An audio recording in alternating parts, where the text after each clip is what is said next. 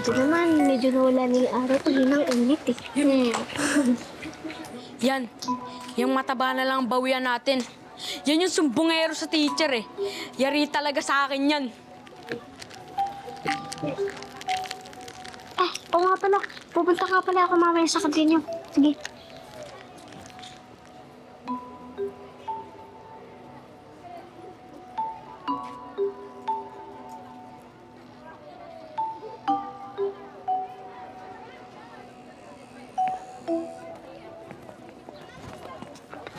Amin na to. Amin na yung paunan ko! Amin na to. Amin na yung baon mo. Kunin mga kung akin na kasi eh! Iiyak na yan. Isali niyo! Bali mo dyan! Iiyak na yan. Iiyak na yan. Iiyak na yan. Umiiyak. Iiyak na. Iiyak na yan. Umiiyak. Wala. Kawawa. Yakin. Wala. Yakin. Ang kulit nyo! Tantanan nyo si Butchoy! Sa inyo ba to? Salamat, Choco. Susumbong ko talaga kayo, Ian. Ang yabang mo talaga, Joko. Nagsulita ang hindi! Ano bang ginawang masama sa'yo ni Butchoy? Tama na! Huwag na kayo mag-away!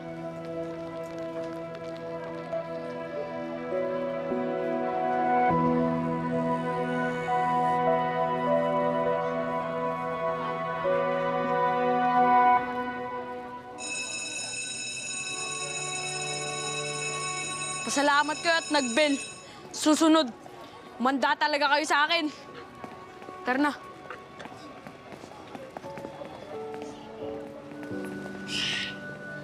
Salamat sa inyo, ha. Nakuha na rin yung baonan ko.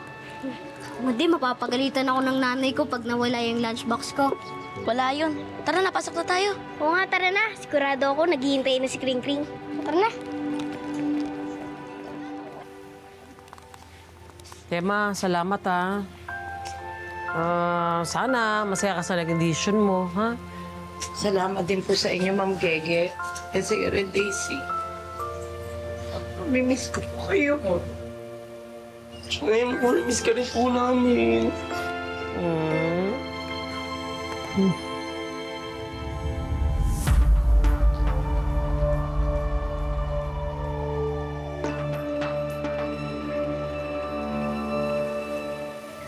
Masya.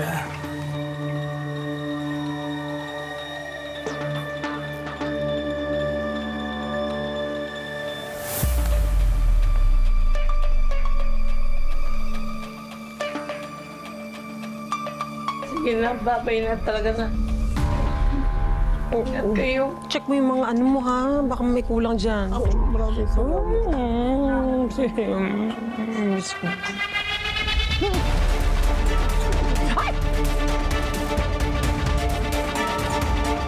Huwag kayo mangingialam! Babalik ko ulit dito! Emma! Chong! Huwag!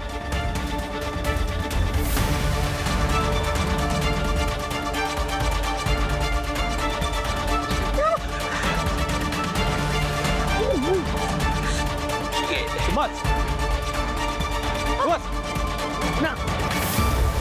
Emma! Buwas! Buwas! Sige na!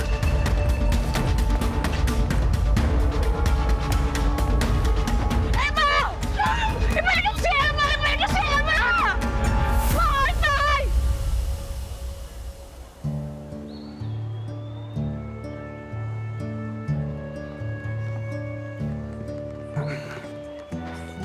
Saan to? Ito na lang? Naku, Victor, baka hindi ka sanay sa mga ganyan, ha? Ha?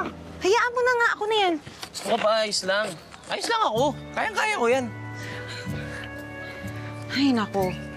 Baka sabihin pa nila dito, pinahihirapan kita, ha?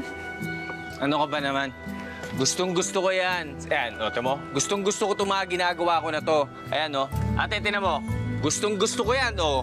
Nilalagay ko dyan yung mga papaya. Gustong-gusto ko lahat ng mga ginagawa ko dito. Diba, no? Nay? O, Brad, tinan mo. Maglalagay pa ako dito ng mga orange, o. Gustong-gusto ko yan. May mangga pa nga dito, o. Gusto ko yan! Gustong gusto! Ang daming gusto nun, ha? Huwag kang maingay. Baka sabihin nila, ito talaga.